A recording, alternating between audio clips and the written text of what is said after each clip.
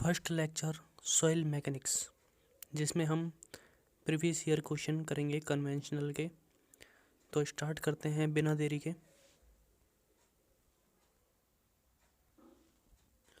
Question number first है, what is the main difference between compaction and consolidation, जो कि SSC JEE 2005 में 10 number का आया हुआ है।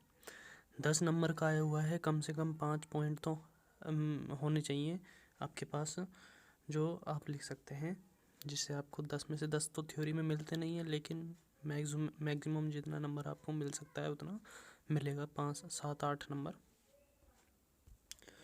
तो कंपैक्शन और कंसोलिडेशन का डिफरेंस जानने से पहले मैं थोड़ा सा समझा देता हूँ ओवरऑल, फिर उसके बाद हम इसके पॉइंट्स याद करेंगे।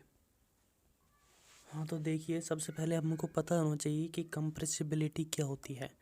कंप्रेसिबिलिटी का मतलब होता है जब किसी सॉइल पर हम एक्सटर्नल लोड लगाने या फिर एक्सटर्नल स्ट्रेस लगाने पर सॉइल में क्या होते हैं, वॉल्यूम चेंजेस आते हैं। वॉल्यूम चेंजेस क्यों आते हैं? क्योंकि वॉइड रेशियो कम होता है या बढ़ता है। कम ही होता है ऑफिशियली, जब लोड लगाएंगे वर्टिकली सॉइल पर तो क्या वॉइड रेशियो कम होगा। वॉइड रेशियो कम होना ही क्या कहलाता है? कंप्रेसिबिलिटी कहलाता है। सबसे पहले तो कंप्रेसिबिलिटी का पता होना चाहिए, ठीक है। तो कंप्रेसिबिलिटी का पता होने के बाद दूसरा पॉइंट आता है, how to compress the soil, यानी कंप्रेस कैसे होती है सॉइल। क्या सॉइल कंप्रेस होती है, सॉलिड पार्टिकल कंप्रेस होते हैं, वाटर कंप्रेस होते हैं, या एयर कंप्रेस होती है? तो इसके बारे में देखो, सॉलिड पार्टिकल तो क्या होते हैं, कैन नॉट रिमूव, ना ही रिमूव होते हैं ना ही कंप्रेस होते हैं। सॉलिड पार्टिकल की तो अपन स्टडी करते हैं। तो रिमूव क्या हो सकता है? वाटर रिमूव हो सकता है या फिर एयर रिमूव हो सकती है। वाटर रिमूव हो सकता है या फिर एयर रिमूव। तो कंप्रेस कब होगा? या तो वाटर रिमूव हो रहा है या फिर कंप्रेस हो रहा है। वाटर हमेशा रिमूव होता है, कंप्रेस नहीं होता है, इनकम्प्रेसिबल होता है वाटर। एयर क्या होती है? एयर रिमूव भी हो सकती है और एयर कंप्रेस भी की जा सकती है, ठीक है। ये पॉइंट क्लियर हो गया आपका कि how to compress the soil, compress कैसे होती है, या तो वाटर रिमूव करके, या एयर को रिमूव कर देते हैं, या एयर को क्या कर देते हैं, कंप्रेस कर सकते हैं। यही चीज़ मैंने लिखी हुई है कि जो कंपैक्शन जो होता है ना, कंपैक्शन में हम क्या करते हैं, या तो कंप्रेशन ऑफ एयर को कंप्रेस कर सकते हैं, या एक्सपल्शन ऑफ एयर।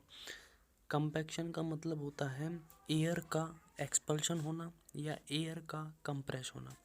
कंसोलिडेशन का मतलब क्या होता है? कंप्रेशन ऑफ वाटर का कंप्रेस होना। नहीं भाई, मैंने अभी अभी समझाया था, वाटर कभी कंप्रेस नहीं होता, वाटर हमेशा इनकम्प्रेसिबल होता है। तो कंसोलिडेशन उसी कहेंगे जब वाटर का एक्सपल्शन होगा।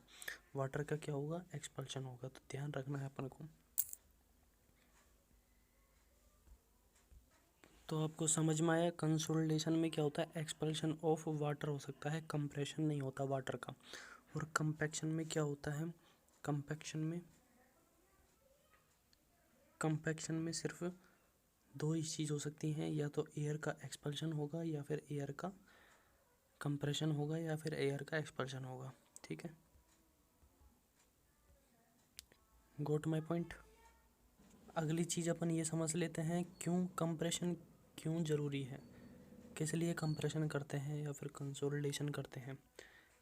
ये एक ही रीज़न है, एक तो ये हो सकता है कि अपनी डेंसिटी इंक्रीज हो जाती है। डेंसिटी इंक्रीज कैसे होगी? जब वॉइड रेशियो मिनिमम होंगे तो डेंसिटी क्या हो जाती है, इंक्रीज हो जाती है।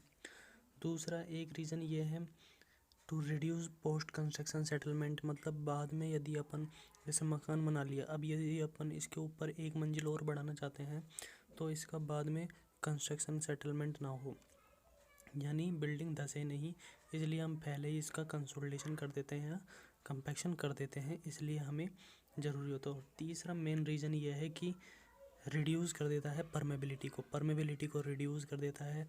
यदि अपन कंपैक्शन या कंसोलिडेशन कर देंगे तो डेंसिटी इंक्रीज हो जाती है, वॉटर रेशियो कम हो जाएगा। वॉटर रेशियो कम हो जाएगा तो उसमें से पानी का रिसाव नहीं हो पाएगा, इसलिए परमेबिलिटी रिड्यूस हो जाएगी।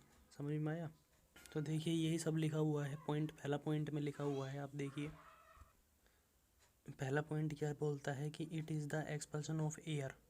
कंप्रेशन में क्या बोलता है, कंपैक्शन में, कि expulsion of air from the soil voids on application of external stress on the soil.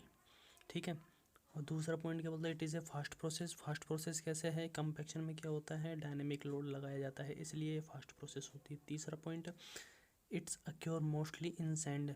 Compaction जो होता है वो सैंडी सॉइल में मोस्टली अक्योर होता है, क्योंकि जो सैंडी सॉइल में से जो वाटर होता है वो ग्रेविटी के थ्रू क्या हो जाता है, बाहर परकोलेट हो जाता है, लेकिन उसमें क्या है, एयर बची रह जाती है। एयर को रिमूव करने के लिए कंपैक्शन प्रोसेस अपनाई जाती है, इसलिए अपन कंपैक्शन प्रोसेस करते हैं फॉर सैंडी सॉइल।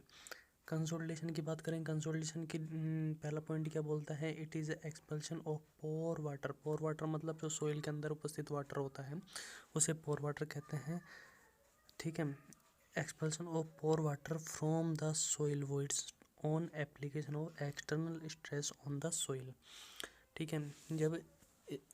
जब किसी सॉइल पर एक्सटर्नल लोड लगाए, स्ट्रेस लगाया जाता है, तो वॉइड्स में, किस में से, वॉइड्स में से एक्सपल्शन ऑफ पोर वाटर, पानी का बाहर निकलना ही कंसोलिडेशन कहलाता है। तो इसमें सेकंड पॉइंट क्या है, ये स्लो प्रोसेस है। स्लो प्रोसेस क्यों है, it is a slow process. Slow process इसलिए है क्योंकि इस पर स्टैटिक लोड लगाया जाता है, स्टैटिक लोड के कारण ही कंसोलिडेशन प्रोसेस होती है। तीसरा पॉइंट क्या, it is acquire mostly in clay.